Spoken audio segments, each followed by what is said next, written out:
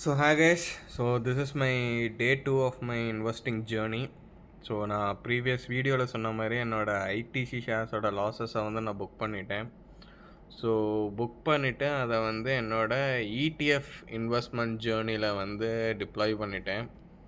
So I thought of building two portfolios. One stock portfolio, secondary is with ETF portfolio.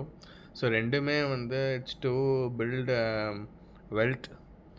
So yes, so என்னோடய ETF portfolio வந்து நான் என்னோடய next வீடியோவில் வந்து update பண்ணுறேன். So இந்த வீடியோவில் ஓவரால் போர்ட்ஃபோலியோ லாஸில் தான் இருக்குது. ஸோ இட்ஸ் லைக் 1.8% வந்து லாஸில் இருக்குது.